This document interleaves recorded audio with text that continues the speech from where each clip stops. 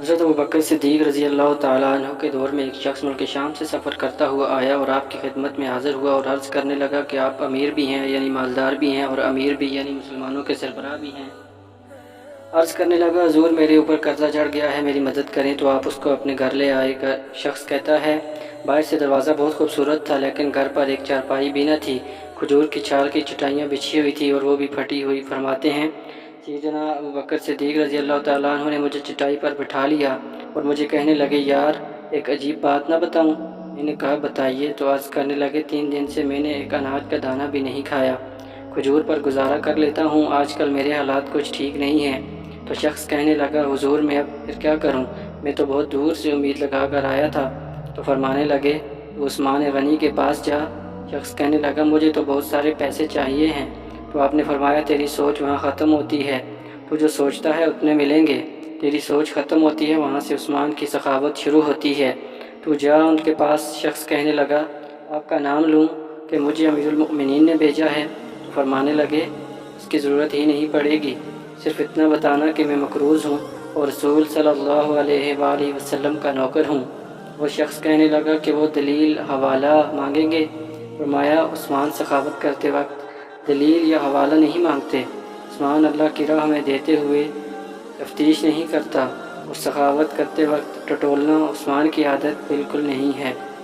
وہ شخص کہتا ہے کہ میں چلا گیا، پوچھتے پوچھتے دروازے پر دستک دی، حضرت عثمان غنی کے اندر سے بولنے کی آواز آ رہی تھی، اپنے بچوں کو ڈانٹ رہے تھے کہ یار تم لوگ دودھ کے اندر شہد ملا کر پیتے ہو، خرچہ تھوڑا کم کرو، اتنا خرچہ بڑھا دیا ہے، دودھ میٹھا شہد بھی میٹھا، ایک چیز استعمال کر لو، تم کوئی بیمار تھوڑی ہی ہو۔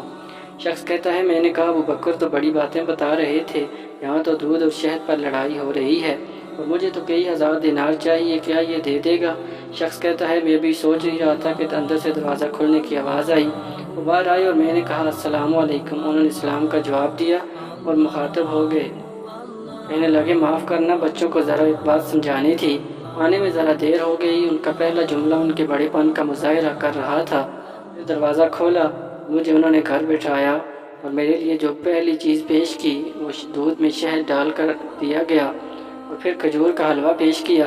شخص کہتا ہے کہ میرے دل میں خیال آیا، عجیب شخص ہے، گھر والوں کے ساتھ جھگڑا کر رہا ہے، ایک چیز استعمال کیا کرو، میرے لیے 3 چیزیں آ گئی ہیں، لیکن ابھی میرا تصور جمع نہیں تھا کہ میں نے دل میں خیال کیا، اتنا تگڑا نہیں جتنا ابوبکر صدیق رضی اللہ تعالیٰ عنہ نے بتایا۔ وہ شخص کہتا ہے کہ کھلانے پلانے کے بعد پوچھنے لگے، کیسے آئے ہو؟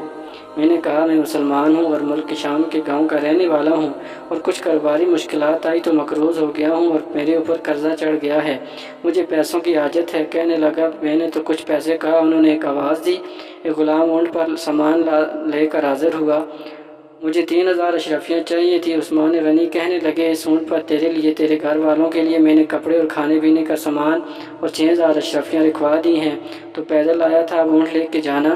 شخص کہنے لگا، میں نے فوراً سے کہا، حضور یہ اونٹ واپس کون کرنے آئے گا؟ عثمان فرمانے لگے، واپس کرنے کے لیے نہیں دیا، تحفہ ہے، تو لے جا۔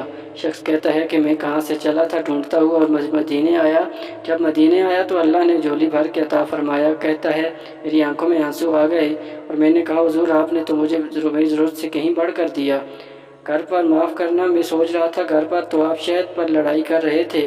تو عثمان نے کہا، اللہ نے جو پیسے عثمان کو دیے وہ اس لیے نہیں کہ عثمان اپنی اولاد کو دیتا عیاشی کرتا پھرے، لیکن اللہ پاک نے مجھے اس لیے دیا ہے کہ میں اللہ علیہ وسلم کے نوکروں کی نوکری کر سکوں۔ شخص کہتا ہے، میں دروازے تک گیا تو کہا، شکریہ۔ کہتا ہے، ابھی نہیں بتایا تھا کہ مجھے ابوبکر صدیق رضی اللہ تعالیٰ عنہ نے بھیجا ہے۔ آپ فرمانے لگے، شکریہ ابوبکر صدیق کا ادا کرنا جس نے آپ کو